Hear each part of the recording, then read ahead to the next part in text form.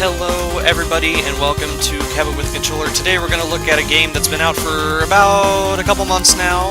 It's called Mercenary Kings, which is a game very reminiscent of games like Metal Slug and other traditional side-scrolling shooters here. So let's jump right in here. This is an early access game that is released on Steam, and it is available, I think, for $15. Correct me if I'm wrong, I'll put it in post-editing if I do. I've been playing this game for a while, as you can see from my top character there. She's a major, so she's maxed out currently for the early access. You can get promotions, which are other missions, all the way up to major, and then it cuts off for the time being. So we're going to make a new character here, and I'm going to go with the King model. And we're just going to go ahead and call him King for now, because I have no reason to call him otherwise. This is a game that is best played on a controller. The first issue when they first came out with it was that there was a terrible keyboard binding system, but now it is totally editable and totally workable to your needs, but this is best played on a controller. So here is a bit of flavor text for the introduction here. Mandragora Island. This used to be the heaven on Earth before it was turned into an island-wide laboratory to develop the Mandrake Project. We're talking to our general here on the left in the Solid Snake-esque thing going on here. Overseen by Dr. Neil and Dr. Bluebell, Mandrake can read living cells and replicate them. The medical and military applications of this formula could do nothing less but change the world. Claw, the cybernetic, loyal, active weapon clan, has struck. They have stolen the Mandrake formula and kidnapped Dr. Neil. Led by Commander Baron, they are running rampant on the island and its facilities. The Mandrake formula saved your lives and made you stronger than ever. In Claw's hands, it's a tool for turmoil, strafe, and profit. We must bring down Claw before they take control of the Mandrake formula and make Mandragora Island the birthplace of a new age of chaos. I know this is personal for you. Claw destroyed your team when they stole the Mandrake formula. Exposition! It's not just about avenging your fallen brothers, but also getting back the formula that has saved your life. I've hired other freelancers to aid you in this mission. They're the best of the best. The world counts on you all. Go out and cut down Claw! So now we're in the game officially. This is sort of our hub world. We don't always parachute in, but you know this is the fun part. So, this is the camp. This is the doctor here where we buy and install mods. As you play the game, you gain money through selling items, picking up coins, and mission rewards. There are also materials which are used in gun crafting, which we might do a little bit later because we don't have the girl for it right now, which you use to make these skills and guns. So we can't get anything now, we only have $250 and we also don't have any materials. So we're going to keep heading left here just to take a look. Some of these NPCs are rather unimportant. This guy is just saying, I'm gathering intel on Claw members and operations. He's kind of our inside man guy. I love that rooster, by the way. These are the fashion twins here. They let you change your name, and apparently you can craft ornaments in your tent now. I was not aware of that. Talk to them for a couple lines of dialogue and then change your outfit colors. And then this is our tent. As you can see, there's more than one tent here. Why is that? Because there's 4-player co-op in this game, which I think is awesome. It's like old-style arcade. Everybody grab a stick and everybody play. You're always going to be the green one if you host, and then if not, you jump into one of these 4 tents here, and you can basically kind of decorate your tent and see what it looks like.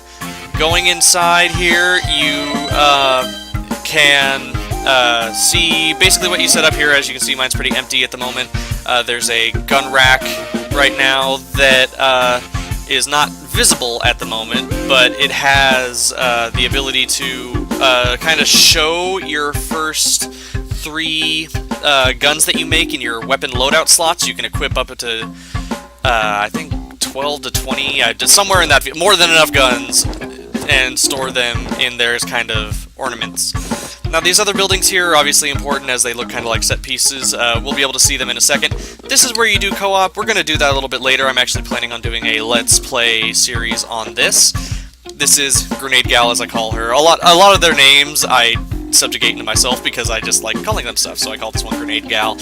She's your item storage where you can store your items and things like that. You can also buy items, sell items, and stuff like that. And then this is the training dummy, where you can just shoot him all you want, he doesn't care, and then you will be able to test your guns before going into the fight. To the right over here is the shooting range, which is a sort of wildlife preserve for some cheap raw materials. This is Choppy and Bobby. They take you to the missions, and then this is the general who we just talked to a little while ago, and he is our mission distributor. So we're going to pick our first mission here, which is Guns and Blades. just to get you guys accustomed to what this game looks like, and our objective is to rescue one hostage.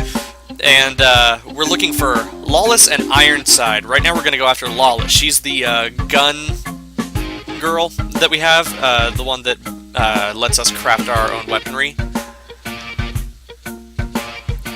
So, we move out from here. The game has a very good customization system, I think. They have a lot of different gun parts that add a lot of different attributes to your guns and make them do a lot of different things. There are shotguns, SMGs, pistols, rifles, 3-burst rifles, automatic rifles, heavy machine guns, and stuff like that. And you can modify your guns in a whole bunch of other ways, which we'll show later.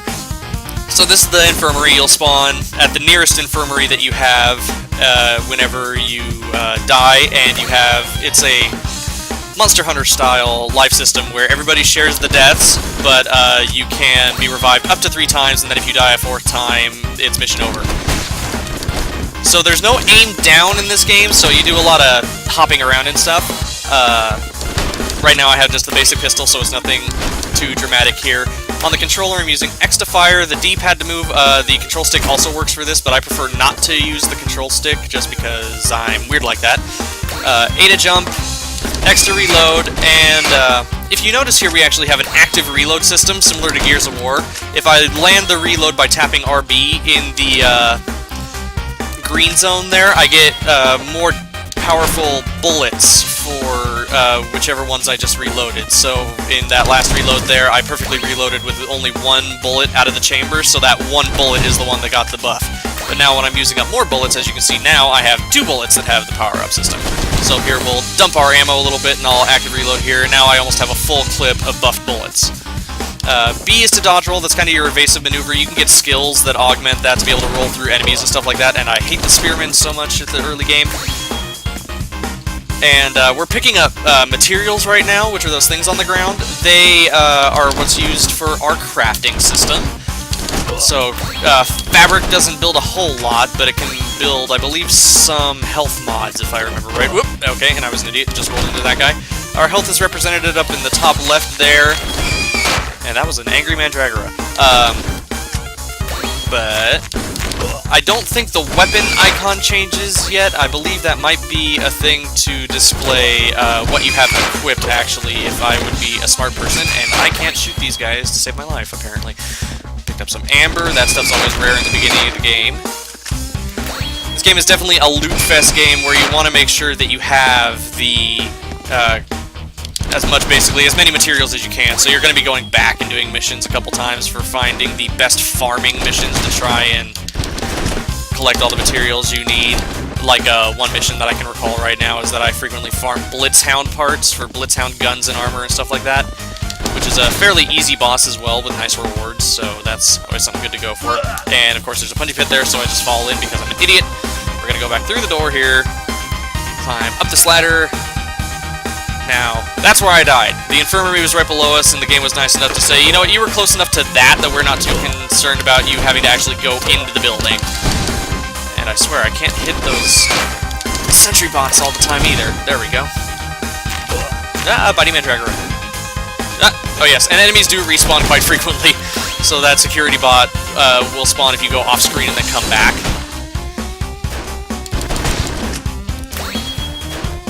So I'm heading to the right here. Sometimes you have to go in different directions to complete different objectives. I just happen to know that Ironsides is in this direction, or Lawless is in this direction. So I know how to finish the mission here, but I do have to go down, actually, to go around. I'm gonna avoid that sniper for now, just because they're a pain in the butt. So are snails. Snails are a big pain in the butt, too. I don't like them too much. Acidic bullets, which you'll see later in the Let's Play, I'm a huge fan of because it actually burns through armor and stuff that you can't normally hit, because as you can see, it's just plinking off there, but acidic bullets will actually go through that armor and do reduced damage, but it'll still hurt them. Grab some silicone. Do a little hop to dodge the bullet. I don't have a lot of health right now, so I'm just trying to make sure that I'm staying alive here.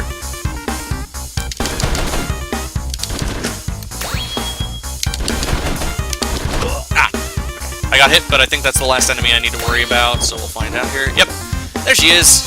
hanging up there.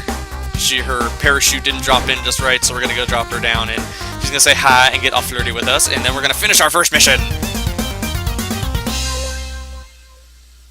And then we can just roll around and do basic shenanigans here while we wait for the mission to complete. You don't want to die in that section in the mission complete, because it still counts. And apparently I got the favorite achievement, which means that I played an entire section with a pistol, I guess? I don't know. But now we're heading back in Choppy. Choppy is a sassy-mouthed helicopter that actually talks, which I am not willing to complain about, because that's kind of awesome. So now we're back here, we're back at base. This is where we're going to find our knife mender and also the kitty. I love the kitty. I like following the kitty around sometimes when I'm waiting in co-op. But now we're going to talk to Lawless, and this is where she does all of our guns and stuff. She thanks us for saving her, and we can upgrade our armor, which gives us more health. As you can see, that too costs materials. And this is where we also equip our sets, save our sets, or customize our guns. So we're going to look here. Can we get anything yet? No, we cannot. Check out the barrel. The receiver changes the type of the gun, the barrel, and everything else modifies stuff. So these are our magazines. Don't have any sights unlocked, don't have any sights unlocked. And then these are all the ammo types. You'll get more parts and ammo types as you upgrade your character through promotions and stuff like that. So with that, we're going to go ahead and go to the hunting ground just to show you what it kind of looks like, since we have access to it at the moment. And then I think we're going to call it quits for now, and then we will see you during the Let's Play. So let's head into the hunting ground. Moving on, moving on, moving on, moving on, moving on, moving on. Don't know why we have to be flown in on Chopper. But we're in the hunting grounds now. There are fruits and some crates lying around. The fruits can be used for some tools, but mostly I sell them for money. There's also a couple missions involving picking up dragon fruit and papaya and stuff here. But those are very specific missions. So these animals do drop materials, but it's at a random rate just like the enemies do. So sometimes you can spend a little bit of time here looking for specific stuff, like giant bones and stuff is the one that I find that I need to look for a lot here. Hop down here. I can't shoot anything, apparently. It is a pistol. It doesn't have the range that I like. Usually I either like really short or really long range. And yeah, if you try and chase these animals away, they will eventually escape, sometimes immediately, just kind of like that. And I can't catch any of them, oh my god. But that's okay.